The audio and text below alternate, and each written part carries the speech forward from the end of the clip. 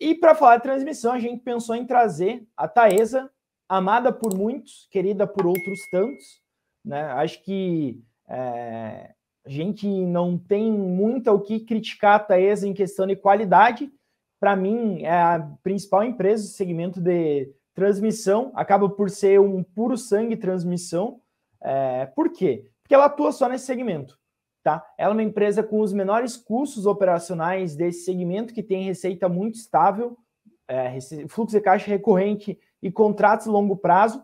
E aí, quando a gente reúne contratos de longo prazo, fluxo de caixa estável e recorrente, tá? E quando a gente alinha isso ao modelo de negócios perene, o que acontece é distribuição de dividendos, e é isso que ela tem feito nos últimos anos. Separei alguns pontos importantes sobre Taesa.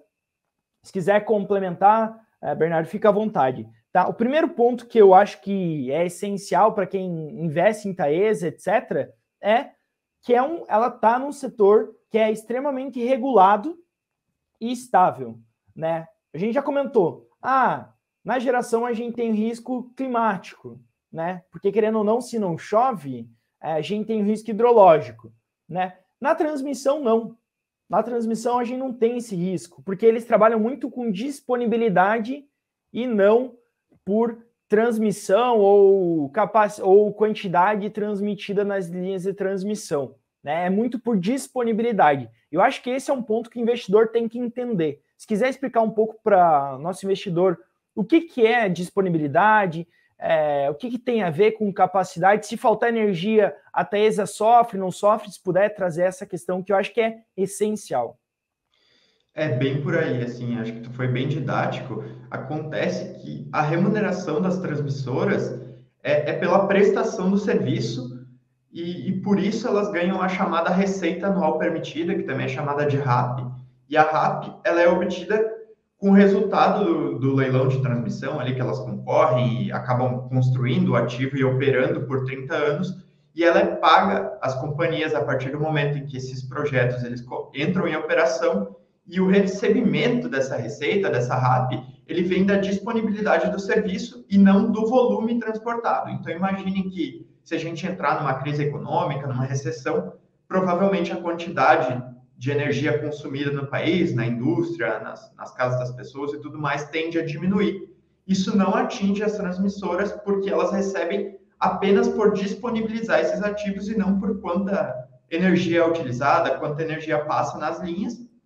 Isso traz um grau de previsibilidade ainda maior para as transmissoras. É justamente por isso que o segmento é tratado como mais seguro dentro do que já é seguro, né, que é o setor elétrico.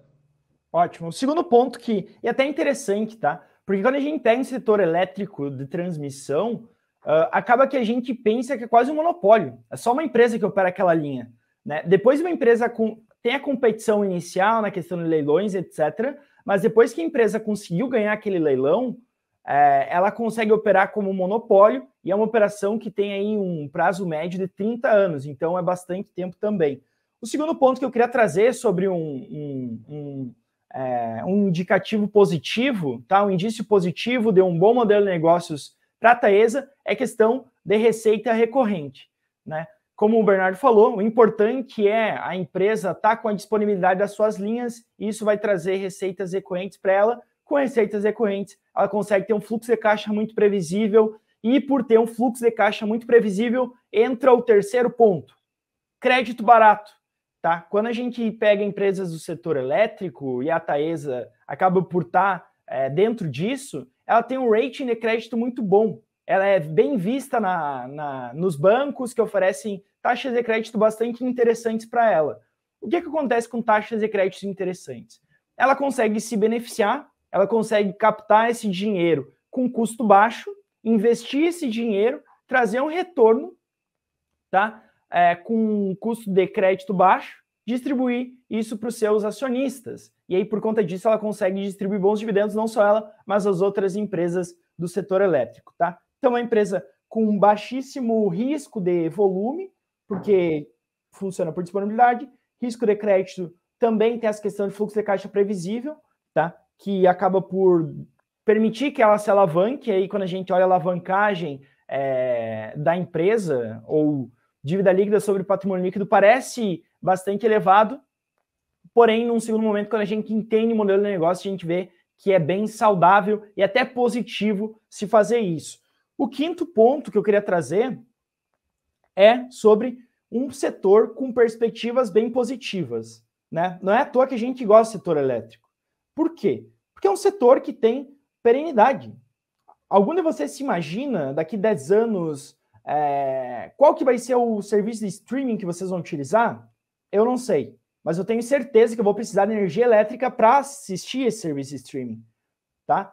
Então, acaba que a perenidade do segmento, ele também uma perspectiva positiva, tá? Além disso, a gente tem uma estimativa aí de crescimento de investimentos nos próximos 10 anos de 90 a 100 bilhões, né? Um volume bem representativo. Quando a gente alinha isso com o Brasil tendo dimensões continentais, né? A gente tem uma demanda por energia elétrica aumentando, e não só isso, cidades do interior se desenvolvendo, a gente precisa de cada vez mais linhas, e até a questão do desenvolvimento brasileiro se começa pela costa e vai expandindo para o interior, a gente tem cidades do interior se expandindo, a gente vai precisar de cada vez mais linhas, né? E por conta disso, esses 90 a 100 milhões de investimentos para os próximos anos. Então, acho que é um segmento também que tem muitas perspectivas positivas. O que você acha sobre isso, Bernardo? É bem por aí, eu acho que as perspectivas do segmento de transmissão mostram como está tudo conectado nesse setor, né? Que eu vinha comentando que geração deve crescer 2% ao ano até 2031, e para transportar essa energia dos empreendimentos de geração, a gente precisa de mais linhas de transmissão, até para tornar a segurança energética do país melhor, né? O setor mais robusto como um todo. E muito por isso, a tendência ali, se a gente pegar o cenário base do plano de expansão energético do país, a gente vai ver que também o crescimento dessas linhas em quilômetro é de em torno de 2% ao ano, com esses em torno de 100 bilhões de investimentos previstos, tá? E aí imaginem que esses investimentos são para colocar esses novos projetos, essas novas linhas em pé, com construções. E aí uma parte desse investimento vira receita para as empresas. Então, se a gente pensar ali uns 10% dos 100 bilhões, a gente teria aí uma RAP nova aí entrando no mercado de 10 bi, o que é bem relevante, né? Hoje, no nosso ciclo atual, a RAP é de um pouco mais de 35 bi, a gente teve uma revisão recente, e é claro que esses valores eles também vão ser corrigidos pela inflação. Então, a gente vai ter uma RAP nova entrando e ainda vai ter a RAP atual crescendo pela inflação, por reformas, reforços que são feitos, e isso também gera um incremento adicional na RAP, tá? E aí, a gente observa aquela mesma questão, né? Por ser um segmento, um setor maduro, o setor elétrico ele não cresce a taxas muito elevadas de maneira geral, mas ao mesmo tempo, por ser esse setor perene, sempre demandado, ele tem um crescimento constante, bem previsível e difícil aí de ser disruptado. Para a transmissão não é diferente, né? É bem conectado com geração. Mas um ponto que é interessante, que o Bernardo acabou de citar, é a questão específica da proteção, né? Por quê? Porque a transmissão, grande parte dos contratos são indexados a algum tipo de indicador de inflação. E qual o indicador pode ser? A gente pode ter o IPCA, IGPM, muito dependendo de quando foi esse leilão, qual tipo de concessão, etc. Né? Mas é um setor muito defensivo. Recentemente a gente teve um leilão bem grande, bem relevante de transmissão, e muitas empresas conhecidas aí da nossa bolsa, elas estavam com um apetite muito grande para entrar nesse leilão, absorver alguns ativos grandes aí que vinham sendo leiloados e não conseguiram, tá? Então, a gente tem o exemplo da Copel, que chegou a fazer um consórcio com a Engie para mirar ali algum dos 3 principais lotes do leilão, acabaram não levando para casa esses lotes. A gente tem a Taesa também, que é uma empresa que, apesar de ter conseguido levar um dos lotes do leilão, não foi um daqueles principais, com certeza eles desejariam pegar algo maior, pegar mais lotes. Então, acaba que as empresas, por ter essa concorrência muito grande, tem muitas empresas estabelecidas no segmento como um todo, elas acabam não conseguindo assumir muitos novos projetos, e sem assumir muitos novos projetos, essa necessidade de investimentos não é tão grande se comparada com a geração de caixa delas, né? Então, com uma sobra de geração de caixa, elas conseguem destinar isso aos acionistas de uma forma bastante saudável, ao mesmo tempo em que pegam algumas coisas ali e vão crescendo aos poucos, né?